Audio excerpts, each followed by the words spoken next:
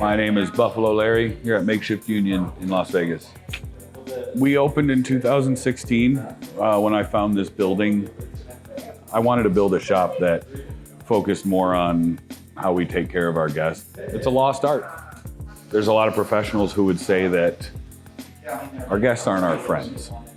I couldn't disagree with that more. I mean, like, I'm hanging out with my friends and making a living doing it. We have been with Boulevard for 2 years now. We're constantly told how seamless our online booking is.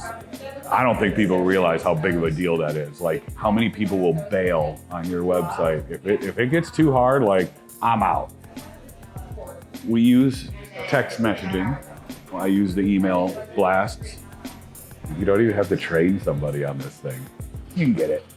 You know how to use a phone, right? And that's what Boulevard lets me do. We are opening a second location this year, so that's exciting. We've made a name for ourselves in this small footprint, and feels good that it's gonna grow. And it's steadily grown into, you know, what I consider to be one of the best salons in the city.